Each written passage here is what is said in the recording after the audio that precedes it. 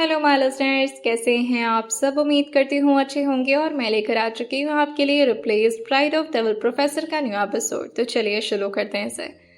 त्रिशा जो इस वक्त गाड़ी में चुपचाप बैठी हुई थी, लेकिन वो सिर्फ चुपचाप लग रही थी। दिमाग तो उसका बहुत सारे क्वेश्चंस किए जा रहा था और वो अपने ठीक बगल में बैठे शख्स की तरफ इस वक्त रियर व्यू मिरर से धीरे धीरे चोरी चोरी देख रही थी कि आखिर इनका एक्सप्रेशन बन कैसा रहा है। लेकिन अविराज तो बस अपने फोन में लगे हुए थे। शायद वो कुछ जरूरी काम कर रहे थे, जिससे धीरे से त्रिशा उनकी तरफ अपनी तिरछे निगाहों से देखती है। लेकिन जैसे अभी अविराज उसकी तरफ मुड़ने वाले होते हैं, त्रिशा ने झटके से अपने चेहरे को दूसरी तरफ मोड़ दिया था। वो बच गई थी जैसे तैसे, वरना उसकी चोरी पकड़ी जाती कि वो चोरी छुपे अविराज को देख रही है। अब उसका डर जो कि उसके सामने था, क्योंकि अब वो मेंशन उसे नजर आ रहा था जहां से भागने के लिए उसने बहुत कोशिशें की थी और जैसे तैसे वो भाग तो निकली थी, लेकिन उसे कहाँ पता था कि दोबारा से किस्मत उसे वहीं पर ले जा करके खड़ा कर देगी। अब वो गाड़ी से उतरती है और जैसे ही अभी वो उतरी थी, युग पीछे से आते हुए कहता है, आप परेशान मत होइए, आपके बैग्स मैं लेकर चलता हूँ। अब भाई काम करते हैं, ये जो मेरा कमरा है ना, उसके ठीक बगल वाला कमरा पूरी तरह से खाली है। आई मीन वो तो मेरा स्टडी रूम है, बट मैं स्टडी करता का हूँ, तो वो वाला कमरा इनको। लेकिन तभी अविराज युग की तरफ एक बार देखते हैं और फिर एक बार वीर की तरफ। वीर युग की तरफ देखकर कहता है, खुद के बैग्स तो उठाए नहीं जाते तेरे से, हाँ, और इनके बैग्स उठवाना है तुझे? यहाँ के बॉडीगार्ड्स उठवा लेंगे, तू चल मेरे साथ। युग जो वीर को समझाते हुए कहता है, अरे यार समझ ना, भाई की साली है और ऑब्वियसली मेरा कुछ तो बन सकता है ना, समझ। लेकिन तभी वीर जो उसके सर पर मारते हुए कहता है, अभी तुझे हर जगह सिर्फ यही सब क्यों नजर आता है? फोकस अपनी पढ़ाई पर। और ये बोल करके वो उसकी गर्दन को ऑलमोस्ट दबाते हुए अंदर की तरफ ले जा रहा था। तभी योग जो कहता है, इस बार मैं 12th पास करके दिखाऊंगा आपको, देख लेना इस बार का रिजल्ट मेरा। वीर जो हंसते हुए कहता है, बेटा तेरा पास होना ना मुझे 8वें अजूबे से कम नहीं लग रहा। कोई बात नहीं, 10th तक भी तो ठीक ही है। वैसे भी तुझे करना क्या है आगे जाके, घर पे खाना ही तो बनाना है। तू 10th पास होकर भी बना ही लेगा। मैं तो कहता हूँ तू शेफ वगैरह के ट्रेनिंग लेना शुरू कर दे, क्योंकि बीवी तो तेरी कमाने वाली होगी, तू बैठ करके उसके लिए खाना बनाना, समझा? युग जो मुंह बनाते हुए कहता है, मैं क्यों खाना बनाऊंगा, मैं तो शेफ को हायर करूंगा। वीर उसके सर पर फिर से मारते हुए कहता है, बेटा तू हायर कैसे करेगा, क्योंकि तेरे पास उसके लिए पैसे भी तो होने चाहिए ना। क्या जिंदगी भर भाई के टुकड़ों पर पलना है तुझे? अब इसी तरह से उन लोग की बातें चलती जा रही थी और वो लोग भी वहां से जा चुके थे। अविराज और त्रिशा जो कि अकेले पड़ चुके थे। तभी कुछ बॉडीगार्ड्स भागते हुए आकर के अपना सर झुकाते हुए अविराज से पूछते हैं, सर ये बैग कहाँ लेकर जाना है? अविराज जो पहले तो एक बार त्रिशा की तरफ देखे थे और फिर उनकी तरफ थोड़ा आगे बढ़ते हुए कुछ बोल देते हैं, जो कि त्रिशा को सुनाई नहीं दिया था। अब त्रिशा धीरे धीरे आगे बढ़ रही थी, लेकिन तभी अविराज जो उसकी कलाई पकड़ते हुए कहते हैं, इतना धीरे धीरे मेरे साथ नहीं चल पाओगे तुम। मेरे साथ स्पीड मैच कराने के लिए अपनी स्पीड बढ़ा लो। त्रिशा जो अपना हाथ छुड़ाने की कोशिश करते हुए कहती है, पर मुझे आपके साथ अपनी स्पीड मैच करानी ही नहीं है, और भला मैं क्यों आपके साथ चलूंगी, मैं पीछे ठीक हूँ। लेकिन अविराज उसके बावजूद भी उसका हाथ नहीं छोड़े थे और अपने स्पीड में ही अब त्रिशा को भी जबरदस्ती खींचते हुए लेकर ही जा रहे थे। हाँ, उनके उस खिंचाव में बहुत ज्यादा रफनेस तो नहीं थी, लेकिन हाँ उसके बावजूद भी वो बस चाह रहे थे कि त्रिशा थोड़ा फास्ट चले। अंदर जाते जाते सबसे पहले उसकी मुलाकात होती है अर्चना जी से, जो कि अपने हाथों को ले जाकर के धीरे से त्रिशा के सर पर रखते हुए कहती है, आ गई तुम, हमें पता चला था कि तुम आ रही हो। वैसे लेकिन तभी त्रिशा जो कि समझ जाती है कि अर्चना जी क्या बोलने वाली होंगी, वो तुरंत ही उनका पैर छूते हुए कहती है, आई एम सो सॉरी, आप लोग मेरी वजह से, आई मीन हमारी फैमिली की वजह से जो भी कुछ सफर कर रहे हैं उसके लिए। अर्चना जी प्यार से उसके गालों पर अपना हाथ रखते हुए कहती हैं, बेटा तुम परेशान मत हो, अविराज के आदमी उसे ढूंढ रहे हैं, जल्द मिल जाएगी वो। और देखना जब वो मिल जाएगी ना तो फिर सब ठीक हो जाएगा। पता नहीं कैसी होगी मेरी बच्ची। जैसे त्रिशा ने यह सुना था, वो हैरानी से कहती है, क्या कहा आपने? अर्चना जी परेशान होते हुए कहती हैं, अरे जाने कैसी होगी मेरी बच्ची। हाँ, सासू माँ भी पूछ रही थी कि आखिर ऐसा भी क्या किया था विराज ने जो उसे रात भर में भागना पड़ गया। इस बात को नूर ने और साथ ही आरोही जी ने भी सुन लिया था। वो हल्का सा हंसते हुए और जानबूझकर के खांसते हुए कहती हैं, सुन रही हो नूर, न जाने ऐसा क्या किया था विराज ने जो बेचारे को रात में ही भागना पड़ गया। अब ये सारी बात वैसे तो सब लोग मृदुल के बारे में सोचकर कर रहे थे, लेकिन असल बात तो ये त्रिशा के साथ थी। अब विराज जो त्रिशा की तरफ देखकर कहते हैं, क्या इतना बुरा हूं मैं जो रात भर में भाग गई? जैसे त्रिशा ने यह सुना था कि अविराज उससे ये क्यों पूछ रहे हैं, वो ध्यान देती है और फिर कुछ सोचते हुए कहती है, क्या मतलब है, ये ऐसे क्यों बोल रहे हैं? अब मुझे क्या पता क्यों भाग गई। अविराज उसकी तरफ सर अपना हाँ मिलाते हुए कहते हैं, हाँ ये भी बात सही है, तुम्हें कैसे पता होगा? ऊपर चले? त्रिशा कहती है, हाँ मैं चलती हूँ, 1 मिनट मैं सबसे मिल तो लूँ। नूर जो आकर के प्यार से उसको हक करते हुए कहती है, हेलो, हम अच्छे फ्रेंड बन सकते हैं। मैंने सुना है कि आपका भी पढ़ने में मन नहीं लगता। यह सुनकर आरोही खुद ही उसके हाथों को जोर से दबाते हुए कहती है, नूर वो MBBS की फर्स्ट ईयर की स्टूडेंट है और बिना मन लगे पढ़ाई में ऑब्वियसली कोई फर्स्ट ईयर में कैसे जा सकता है, वरना नीट ही क्रैक नहीं होगा उससे। मुझे पता है नीट कितना टफ है। और फिर वो त्रिशा से कहती है, मैं अविराज की भाभी, तुम तो जानती होगी ना मुझे। त्रिशा धीरे से कहती है, हाँ, और ये बोलकर वो उनके पैर को अभी छुपाती उससे पहले आरोही जो थोड़ा सा नाराज होती है पर हल्का सा मजाक अंदाज में, और फिर धीरे से कहती है, मैं कोई बुढ़ी नहीं हूँ जो तुम मेरा पैर छू रही हो। तभी अर्चना जी उसका कान पकड़ते हुए कहती है, अच्छा बहू रानी, तो हम बुढ़े हो चुके हैं आपके हिसाब से? आरोही एक आइविंग करते हुए कहती है, नहीं, अभी भी आप लोग में बहुत जान है, मुझे पता है। पापा जी और आप जब एक साथ होते हैं तो। लेकिन तभी उसके सर पर एक चपेट पड़ता है, वो भी अर्चना जी के हाथ से, और तभी वो कहती हैं, तुम लोग ना बहुत बदमाश हो। अच्छा त्रिशा, तुम यहाँ पर पढ़ने आई हो बेटा, तो सिर्फ पढ़ाई पर ध्यान देना। इन लोगों की बातें सुनोगे तो बिगड़ जाओगी तुम भी। आरोही हंसते हुए कहती है, अब तो आ चुकी वो हमारे साथ, अब इन्हें शरीफ नहीं रहने देंगे हम। और ये बोल करके वो नूर के साथ हाई फाई करती हैं। बहुत अच्छा लगा था त्रिशा को ये माहौल कि सब लोग इतने प्यार से एक दूसरे के साथ रहते, और सबसे ज्यादा तो अर्चना जी, उनका बिहेवियर और जिस तरह से उन्होंने मृदुल के बारे में चिंता व्यक्त की थी। ऑब्वियसली ये तो बिल्कुल भी एक्सपेक्टेड नहीं था, वरना कोई भी सास उस बहू के बारे में अच्छा कैसे बोल सकती है जो कि एक रात में ही भाग गई। अविराज उसको ऊपर की तरफ लेकर जा रहे थे और सीढ़ियां चढ़ते हुए जैसे ही अब वो पहले कमरे की तरफ आगे बढ़ने लगते हैं, ये देखकर कि त्रिशा थोड़ा सा घबरा रही थी और वे पीछे ही जाकर के खड़े हो जाती है। उसके कदम आगे नहीं बढ़ रहे थे। तभी अविराज जो कि दरवाजा खोलते हैं, लेकिन जब वो देखते हैं कि त्रिशा तो पीछे ही रह गई है, वो अपनी एक में चढ़ाते हुए पूछते हैं, क्या हुआ, अंदर नहीं आना?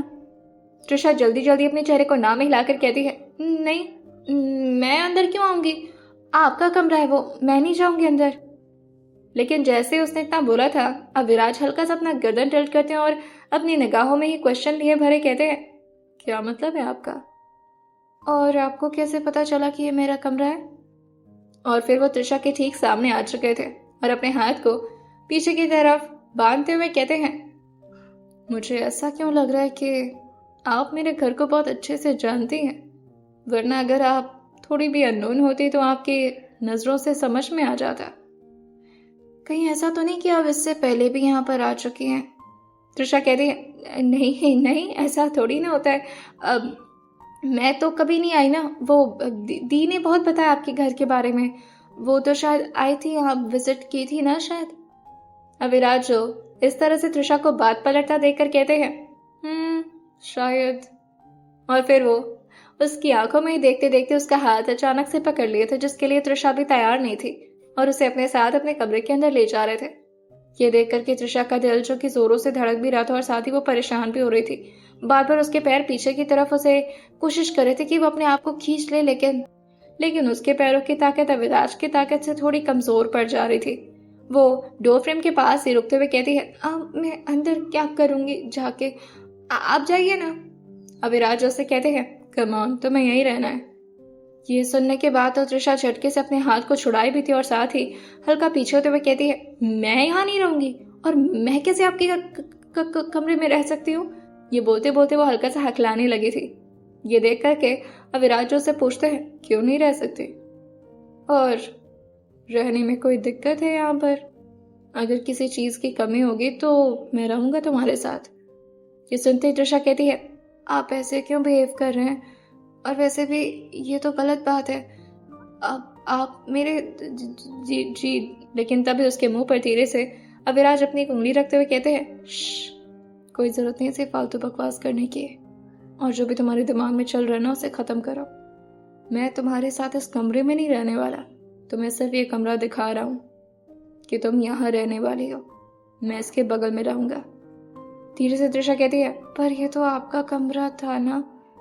अविराज उसके चेहरे की तरफ और ज्यादा बेंड होते हुए कहते हैं, तो तुम्हें क्या फर्क पड़ता है? वैसे भी तुम्हें क्या लगता है मैं तुम्हें किसी और के कमरे में रहने दूंगा? यहाँ पर सब कुछ कंफर्टेबल है और मैं चाहता हूँ कि तुम्हें यहाँ पर सब कुछ कंफर्टेबल लगे। और ये बोलते बोलते उनके हाथ जो कि धीरे धीरे तृषा के हाथों पर रब हो रहे थे, जिसका उसे अंदाजा तक नहीं था, क्योंकि अविराज की निगाह इतनी ज्यादा गहरी हो चुकी थी जिसमें तृषा भी धीरे धीरे गुम होने लगी थी। लेकिन फिर वो अपनी आंखों को धीरे से झपकाती और अभी अविराज के हाथों को देखती है, जो कि उसके हाथों पर बड़े प्यार से और बड़े हक से रखा हुआ था।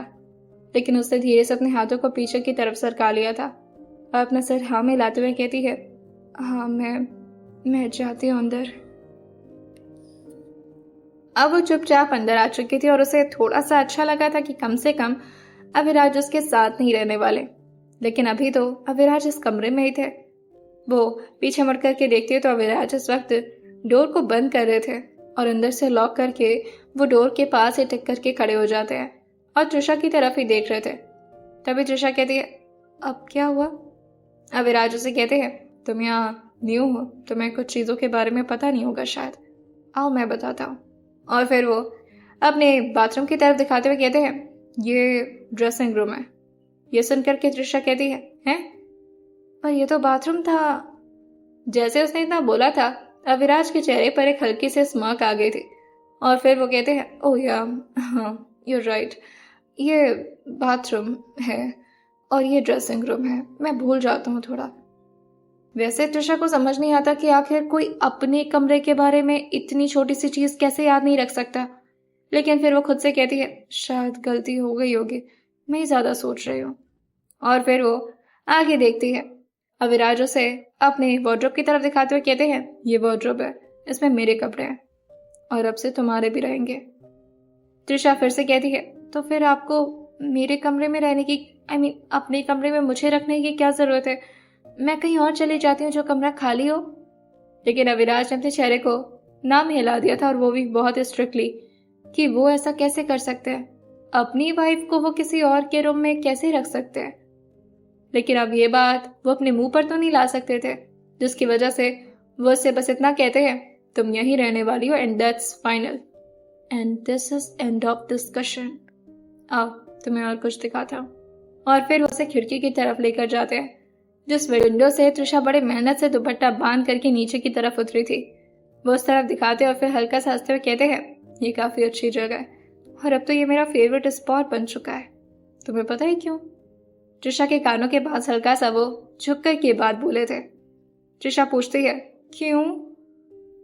और वो ये बोलते बोलते हल्का सा घबरा भी रही थी।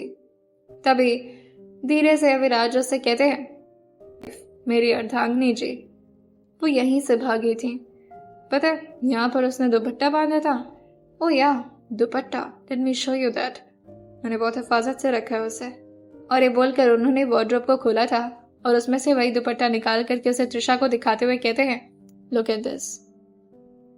तृषा जो उसे अपने हाथ में लेती है और फिर अविराज की तरफ देखते हुए कहती है, आप बहुत मिस करते हैं ना उन्हें? अविराज अपने चेहरे को धीरे से हाँ में तो हिलाए थे, लेकिन उसके साथ ही दुपट्टे के साथ उनका हाथ जो कि अब तृषा के हाथों में जा चुका था। और फिर वो धीरे से कहते हैं, पर अब नहीं करूंगा, अब तो वो मेरे साथ है। तृषा ये सुनकर के पूछती है, आपके साथ है मतलब? आपको दी मिल चुकी है इसका मतलब? अविराज उसकी इन सारी बातों को अवॉइड करते हुए कहते हैं, तुम इस दुपट्टे को संभाल कर रख देना, ये मेरे लिए बहुत कीमती है, क्योंकि इसके अलावा मेरे पास अपनी वाइफ की और कोई निशानी नहीं है। और ये बोलकर कि वो चुपचाप बाहर की तरफ निकल गए थे। तृषा जो कि पहले तो दुपट्टे को साइड में रखती है और फिर बेड पर बैठते हुए कहती है, मुझे नहीं पता कि दी ने ऐसा क्यों किया। इतने अच्छे शख्स तो मिल रहे थे उन्हें। हाँ माना थोड़े अकड़ू हैं, मगर वो तो हर मर्द होते हैं। पर दी को ऐसे भागना नहीं चाहिए था। कितना तकलीफ हो रहा होगा उन्हें तो ये भी नहीं पता कि उनकी शादी बीच से नहीं बल्कि तभी पीछे से आवाज आती है, क्या बातें कर रही हो खुद से? जैसे ही आवाज उसने सुनी थी वो अपनी आंखों को जोर से बंद करते हुए कहती है, ओह शिट, ये मैं क्या खुद से बातें करती रहती हूँ, क्या घटिया आदत लग गई है मुझे। ऐसे तो मैं अपनी सीक्रेट सारी सबको रिवील कर दूंगी।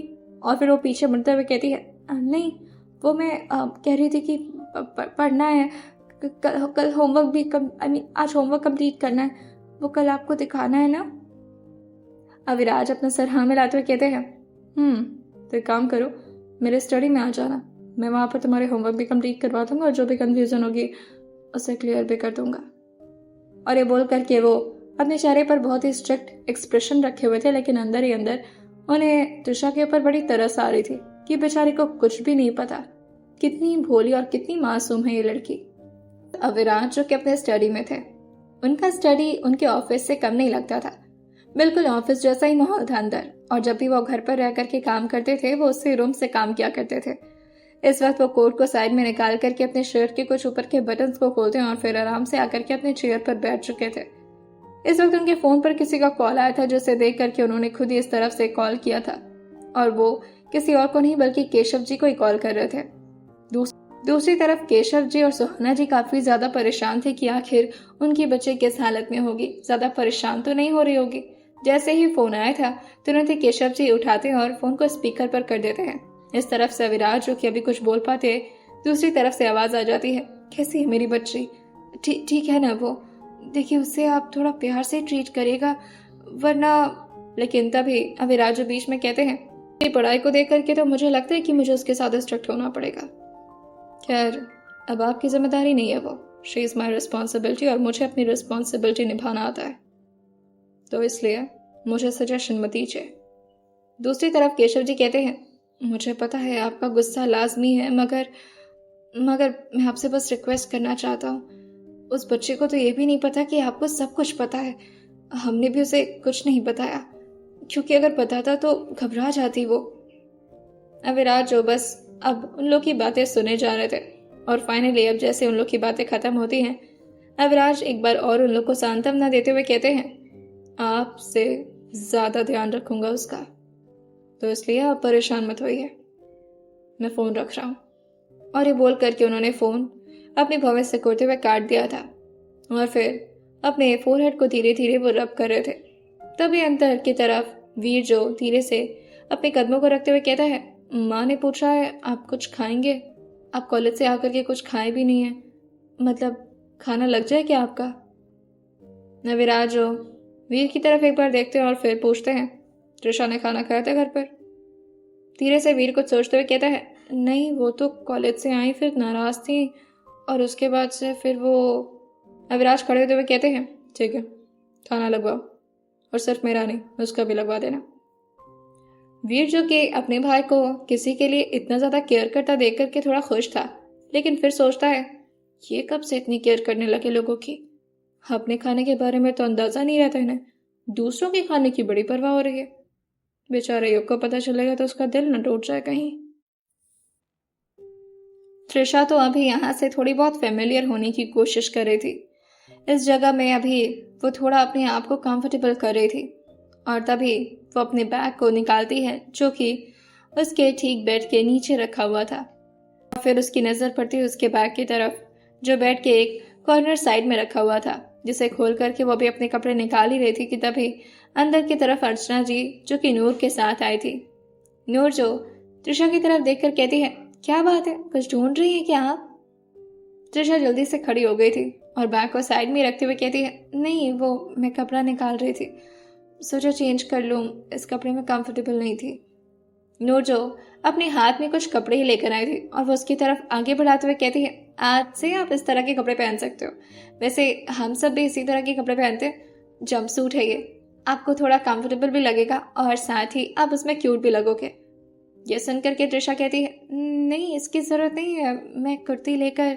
लेकिन तभी अर्चना जी कहती है, अब ये तुम्हारे घर जैसा ही तो है बेटा, इसे अपना घर समझो और कंफर्टेबल कपड़े पहनो, तुम्हें पढ़ाई भी तो करनी है, कंफर्टेबल नहीं रहोगी तो पढ़ाई कैसे करोगी, चलो फटाफट से चेंज कर लो।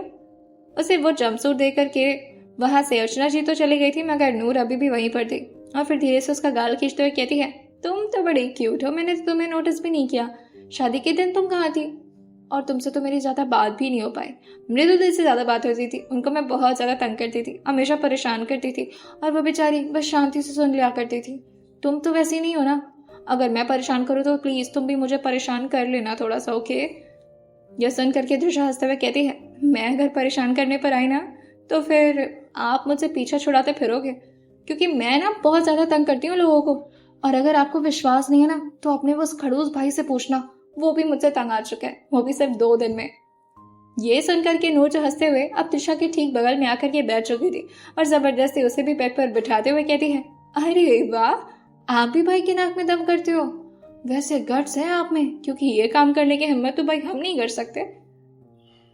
तृषा जो कहती है, हाँ वो तो है, गट्स तो है मेरे अंदर, तभी तो प्रोफेसर के घर में आकर के पढ़ने के बारे में सोचा मैंने। ये सुनकर नूर कहती है, तो आपके साथ जबरदस्ती नहीं हुई है? आपको अपनी मर्जी से यहाँ पर आना था? मुझे तो लगा कि आपके मम्मी पापा ने मारकर आपको भेजा है। तृषा जो मन में कहती है, इमोशनली इतना मारा है ना उन्होंने, क्या ही बताऊँ मैं तुम्हें। खैर छोड़ो, ये बताऊंगी तो बेइज्जती होगी, इतनी बड़ी हो गई हूँ और हाँ, अपने मम्मी पापा के खौफ से यहाँ पर आई हूँ। और फिर वो नूर से कहती है, वैसे ना मुझे किसी से डर वर नहीं लगता, और ये मत समझना कि तुम्हारे भाई बहुत ही आकड़ू और बहुत ही डेंजरस प्रोफेसर है तो मैं उनसे डर जाऊंगी। मुझे तो ऐसा लगता है ना कि वो डरावने हैं ही नहीं, और उन्हें तो मुझे लगता है पढ़ाना भी नहीं आता। और तुम्हें पता है मेरे साथ तो अलग ही ट्रीट करते हैं। दी का गुस्सा मेरे ऊपर निकाल रहा है शायद। नूर कहती है, दी का गुस्सा? यू मीन हमारी मृदुल भाभी का गुस्सा? पर उन पर वो गुस्सा क्यों करेंगे? देखिए, अगर आपको जरा भी ऐसा लगता है ना कि हमें इस बात से कोई गिला शिकवा है कि वो हमें छोड़ करके जा चुकी हैं, तो ऐसा नहीं है। हम तो बार बार खुद पर ही रिग्रेट कर रहे हैं, और सबसे ज्यादा गुस्सा तो मुझे अविराज भाई पर आ रहा है। पता नहीं ऐसा क्या बोल दिया उन्हें। बेचारी इतनी प्यारी सी, इतनी स्वीट सी लड़की कैसे जा सकती है हमें छोड़कर, और हमारे साथ तो कितना ज्यादा फ्रेंडली थी वो। तृषा कहती है, हाँ वही तो, मेरे साथ भी थी, पर मुझे भी कुछ नहीं बताई। डायन कहीं की, पता नहीं कहाँ मर रही होगी। तृषा जो आगे अपनी पढ़ाई करना शुरू करती है। कॉलेज में ना आज इतना मजा आया मुझे, और तुम्हें पता है हर दिन बेचारे को मुझे अपने कैबिन में बुलाना पड़ता है, और बुलाएं भी क्यों ना, तंग आ जाते हैं ना मुझसे। सारे बच्चे एक तरफ और तृषा रावत एक तरफ। वो इसी तरह से अपनी पढ़ाई करते जा रही थी, तभी नूर जो अपनी आंखों से कुछ इशारा करती है, लेकिन तृषा सुनने के मूड में नहीं होती थी। जब वो बोलना शुरू करती थी वो लगातार बोले ही जा रही थी, बोले ही जा रही थी। तभी नूर जो कहती है, हाँ तो मैं चलूं क्या? तभी वो कहती है, अरे नहीं, मुझे पता है वो तुम्हारे बड़े भाई है, तुम्हें बुरा तो लगेगा, बट सच में वो ना मुझे मगरमच्छ जैसे लगते हैं, किसी डेंजरस से एकदम खूंखार जैसे, है ना? हाँ, पर कभी कभी उनकी हरकतें मुझे हंसी दिला देती है। वैसे अब हमेशा से ऐसे जंगली थे या फिर कुछ हुआ इनके साथ जो इतने ज्यादा रूड बन गए? तभी नूर कहती है, अब तृषा जाने दो ना, मैं चलती हूँ ना, मुझे काम है, मुझे लग रहा है मम्मी आवाज दे रही हैं। तभी तृषा कहती है, ऐसे कैसे, मुझे तो कोई आवाज नहीं आ रही। अरे तुम बैठो ना, और तुम भी तो कह रही थी अपने भाई के बारे में कुछ। तभी नूर कहती है, ए पागल हो गई हो क्या, मैंने कुछ नहीं कहा। मैं तो अपने भाई को बहुत मानती हूँ, वो तो मेरे लिए आईफोन भी लेकर आते हैं, आईपैड भी लेकर आते हैं मेरे लिए। तुम्हें पता है मेरे लास्ट बर्थडे में उन्होंने मुझे कार भी गिफ्ट की थी, और मुझे घुमाने भी लेकर। लेकिन तभी आवाज आती है, बस हो गया, एनफ, निकलो अभी। नूर जो अपना मुंह बनाते हुए कहती है, भाई सच में मैंने कुछ नहीं कहा, सच्ची। और ये बोल करके उसने अपनी कसम भी खा ली थी। और तृषा जो कि चुपचाप बस बेड पर बैठी हुई थी और मुंह बनाते हुए कहती है, नहीं नहीं, आप बहुत गंदे हो कान्हा, मेरे साथ हमेशा ऐसे करते हो, मुझे फंसा देते हो। अब क्या होता बेचारी तृषा का, वो अपनी आंखें बस बंद किए हुए भगवान का नाम जप रही थी, राधा राधा राधा राधा राधा राधा राधा राधा। कान्हा जी भी मानो ऐसा कह रहे हो, ये लड़की का मैं क्या करूं, इसको जब भी काम आता है ये मेरी टीम क्यों बदल लेती है। अगर मुझसे काम है तो कान्हा कान्हा करे, राधा राधा का जब क्यों शुरू कर देती है। मैं भी देखता हूँ आज कैसे मिलती है इसको मदद, फंसने दो इसको अविराज के साथ। तभी पीछे से अविराज जो कि उसके कंधे पर अपनी एक उंगली रख के टैप करते हुए कहते हैं, कुछ बात करनी है तुमसे। अचानक से खड़ी हुई थी और उसकी स्पीड इतनी ज्यादा तेज थी कि अविराज को भी एक कदम पीछे हो जाना पड़ता है, और वो अपने बालों को खुला ही रखी थी, जिससे वो झटके से मुड़ी थी तो कुछ बाल जो कि अभी वो अविराज के मुंह पर मारते हुए गया था। त्रिशा जो धीरे से कहती है, हाँ क्या बात करनी थी? और ये बोलते हुए बहुत ही क्यूट वे में अपने चेहरे को बनाए जा रही थी, जैसे कि उसके एक्सप्रेशन से अविराज अपने सारे गुस्से को ठंडा कर चुके होंगे। अविराज उसकी तरफ धीरे से एक कदम आगे बढ़ाते हुए कहते हैं, मेरे बारे में कुछ ज्यादा ही नहीं जान गई हो तुम। त्रिशा अपना सर हाँ मिलाते हुए कहती है, हाँ आप इतने अच्छे प्रोफेसर जो हैं, कौन नहीं जानता आपके बारे में। आपको पता है कैफेटेरिया में सबके सब आपके बारे में बात करते हैं। आपके बारे में नहीं तो शिवाय सर के बारे में, और मुझे तो पता चला आप दोनों काफी अच्छे दोस्त भी हैं। अब वैसे आपको पता है। तभी अविराज जो कि उसके कंधे पर अपना एक हाथ रखते हुए कहते हैं, इतना घबराने की जरूरत नहीं है, मैं तुम्हें मारने नहीं वाला। त्रिशा कहती है, मुझे पता है आप ऐसा नहीं करेंगे। तभी अविराज कहते हैं, एग्जैक्टली मैं ऐसा कुछ नहीं करूंगा अंटिल मैं तुम्हें पढ़ाऊं ना। खाना खा लो तैयार हो करके, उसके बाद से स्टडी में मिलो मुझे। जैसे ही अविराज ये बोलकर के जाते उससे पहले ही त्रिशा कहती है, पर मुझे तो नींद आ रही थी, थोड़ी देर सो लो क्या? अविराज पीछे मुड़ते हुए कहते हैं, तुम सो कर दिखाओ, रात भर तुम्हारी नींद को गायब ना कर दिया ना तो कहना तुम, और तब जाकर तुम्हें समझ में आएगा कि लोग मुझसे इतना डरते क्यों हैं। यह सुनकर के त्रिशा जो कि अपने नाक को सिकुड़ती हुए फिर उन्हीं की तरह एक्टिंग करते हुए कहती है, ये।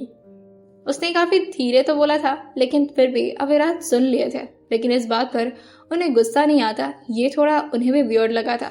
वो हंसते हुए बाहर की तरफ निकल गए थे, लेकिन अपने चेहरे को उन्होंने अभी भी स्ट्रिक्ट ही रखा हुआ था। हंसी तो बस उन्हें अपने मन में आ रही थी, और उसके साथ त्रिशा पर थोड़ी तरस भी कि क्या होगा इस लड़की का जब अविराज को उस पर गुस्सा आएगा, और जब वो अपनी पढ़ाई को अच्छी तरीके से सीरियस नहीं लेगी तो। अब वो उसी दिए हुए जंपसूट को पहनती है जो कि नूर ने उसे दिया था, और वो बहुत ही ज्यादा क्यूट लग रही थी इस वक्त। जिस तरह से उस जंपसूट पर डिजाइन बने हुए थे वो उसकी काफी फिटिंग में भी आ रहे थे।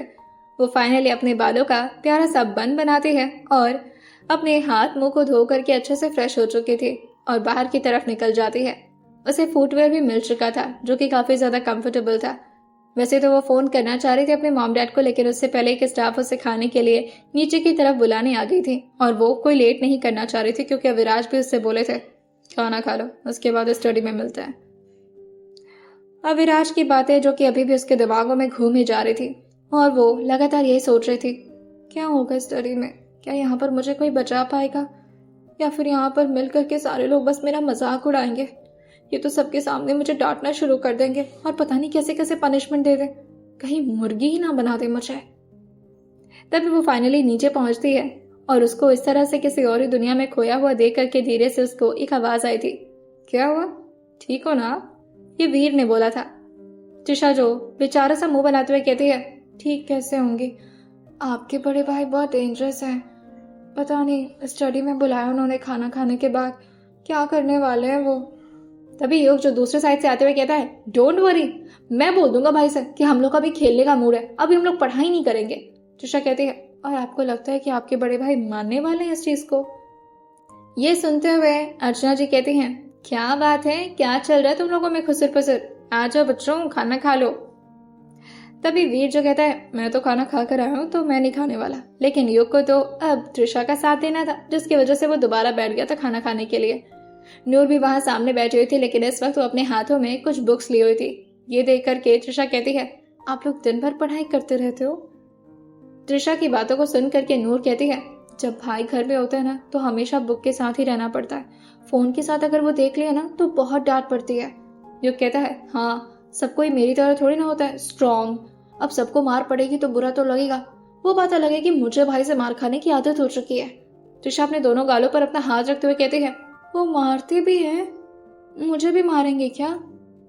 ये सुनकर के नूर और युग दोनों हल्का सा हंस दिए थे, और फिर एक आवाज आती है, प्रोफेसर अगर बच्चों को मारेंगे नहीं तो बच्चे सुधरेंगे कैसे?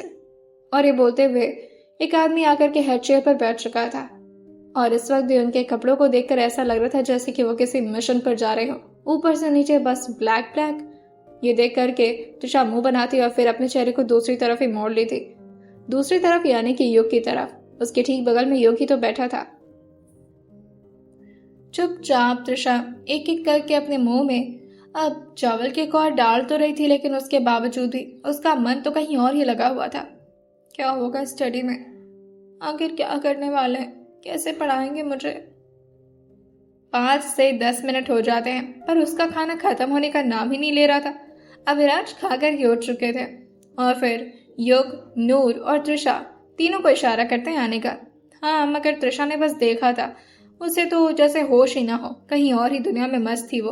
और वो हमेशा ऐसे ही करती थी। उसे अपने प्रेजेंट से ज्यादा अपने फ्यूचर और अपने पास्ट के बारे में सोचना पसंद था। सबका खाना खत्म हो चुका था। वहीं नूर जो त्रिशा को देखते हुए कहती है, आप खा भी रहे हो त्रिशा, इस तरह से क्यों, मन नहीं कर रहा क्या? त्रिशा जो कहती है, अब मुझे डर लग रहा है, ये ज्यादा मारे पीटेंगे तो नहीं ना? मैं कभी मार नहीं खाई हूँ और इनके हाथ तो बहुत बड़े बड़े हैं, मारेंगे तो मैं तो गिर जाऊंगी।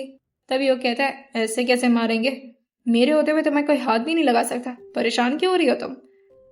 नूर कहती है, योग, मेक श्योर कि तुम उन्हें आप बुलाओ, बड़ी हैं तुमसे वो। योग कहता है, देखो मुझे चढ़ाना बंद करो ठीक है, उम्र में ही मुझसे ज्यादा बड़ी नहीं होगी। कितनी सुनकर त्रिशा कहती है, 19 हो चुकी हूँ मैं, 20 होने वाली हूँ, बस अभी कुछ टाइम बाकी है। तभी नूर कहती है, देखा तुमसे बड़ी है कि नहीं? ये सुनकर कि वो मुंह बनाते हुए कहता है, मेरा भी तो एज ऑलमोस्ट सेम ही है, बस वो मैं 12 थोड़ा पास नहीं कर पाता हूँ तो इस वजह से सब लोग मुझे चिढ़ाते हैं, प्लीज तुम मत चिढ़ाना। त्रिशा कहती है, नहीं, मुझे ना पढ़ने वाले बच्चे बहुत पसंद है क्योंकि मुझे वो अपनी तरह लगते हैं। नूर कहती है, हाँ वैसे अगर ऐसा है तो फिर तुम नीट में क्यों गई? तुम्हें एमबीबीएस चूज ही नहीं करना चाहिए था। त्रिशा जो अपनी जगह से खड़े होते हुए कहती है, बहुत लंबी दास्तान है, आराम से सुनाऊंगी। खैर अभी चलते हैं पढ़ाई करने, पता नहीं आज क्या पूछने वाले हैं वो मुझसे, पता नहीं कितना पढ़ाएंगे मुझे। और यही सोचते सोचते अब वो कमरे में जाने लगी थी। वो अपने बुक्स को लेती है और फिर बाहर की तरफ निकल जाती है। स्टडी की तरफ वो धीरे धीरे आगे बढ़ रही थी, तब तक योग भी उसके साथ आ जाता है अपने हाथ में बुक्स लिए हुए और फिर उससे कहता है, हम साथ में पढ़ेंगे और पिटाएंगे भी साथ में, ठीक है? त्रिशा को अब जाके थोड़ा सा अच्छा लगा था और वो योग को देख करके हल्का स्माइल करते हुए कहती है, थैंक यू मुझे कंपनी देने के लिए, वरना मेरी तो जान ही निकल रही थी। धीरे से योग दरवाजा खोलता है और दोनों के दोनों अंदर की तरफ जाते हैं डरे सहमे तरीके से। युग की भी तो बस बाहर तक ही चलती थी, अंदर आते आते तो बेचारे की भी फटना शुरू हो गई थी। अब दोनों आकर की चेयर पर बैठ चुके थे और फिर देखते हैं कि यहाँ पर तो अविराज मौजूद ही नहीं है, लेकिन अविराज तो 5 मिनट बाद लगभग आए थे, अपने हाथ में फोन पकड़े हुए और साथ ही उसे अपने कान पर लगाए हुए किसी से काफी स्ट्रिक्टली बात कर रहे थे। मुझे कुछ भी नहीं पता, जितना कहा है उतना करो, और अगर नहीं हो पा रहा तो बता दो, किसी और को हायर कर लूंगा मैं। तब इसका मतलब है कि तुम्हें मेरा काम करना है और मुझे एक्सक्यूजेस पसंद नहीं है। और ये बोलते बोलते उनकी नजर पड़ती है त्रिशा और युग पर, जो कि आपस में भी थोड़ा बहुत बातें कर रहे थे लेकिन उनके आने से एकदम से शांत पड़ गए थे। अविराज जो फोन को काफी गुस्से में काटते हुए आखिरी शब्द कहते हैं, कल तक मुझे यह काम कंप्लीट चाहिए, अदरवाइज तुम मुझे मेरी नौकरी में नहीं चाहिए। और ये बोल करके उन्होंने फोन को साइड में रख दिया था और फिर त्रिशा की तरफ देखकर कहते हैं, यह तुम्हारे पढ़ने का टाइम है। युग को उन्होंने इशारे से एक बार बाहर जाने का इशारा तो किया था, लेकिन तभी युग जो रिक्वेस्ट करते हुए कहता है, भाई मुझे भी पढ़ा दो ना, अभी मन कर रहा है पढ़ने का, शाम को पार्टी में जाना था। यह सुनते ही अविराज जो उसकी तरफ देखते हुए कहते हैं, पार्टी? मैं दिलाऊं तुम्हें पार्टी? बोल रहा ना, अभी बाहर निकलो। जैसे इतनी तेज आवाज युग ने सुनी थी, वो मुंह बनाते हुए एक बार त्रिशा की तरफ देखते और अपनी आंखों को छोटा करते हुए धीरे से वो सॉरी बोलते हुए कहता है, सो सॉरी, मैं तुम्हें बचा नहीं पा रहा। अविराज उससे कहते हैं, क्यों, मैं कोई राक्षस हूं जो मुझसे बचाना है तुम्हें? जा यहां से। अब चुपचाप त्रिशा जो कि अकेले अपनी बुक्स को अपने हाथों में काफी जोर से पकड़े हुए बैठी हुई थी। अविराज जो कि उसके हाथों की तरफ देखते हैं, जो कि इस वक्त थोड़ा सा डर के कांप रहा था, और फिर हल्का सा स्माइल करते हुए कहते हैं, तुम इतना दूर बैठोगे तो मैं तुम्हें पढ़ाऊंगा कैसे, सामने आओ मेरे।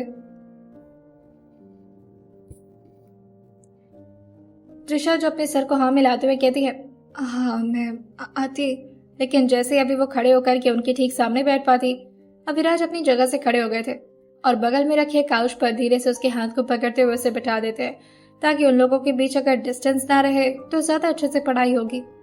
लेकिन त्रिशा को तो इन सब चीजों से डर ही लग रहा था और फिर वो एक बार अविराज की तरफ देखती और फिर अपने बुक को धीरे धीरे खोलना शुरू कर दी थी।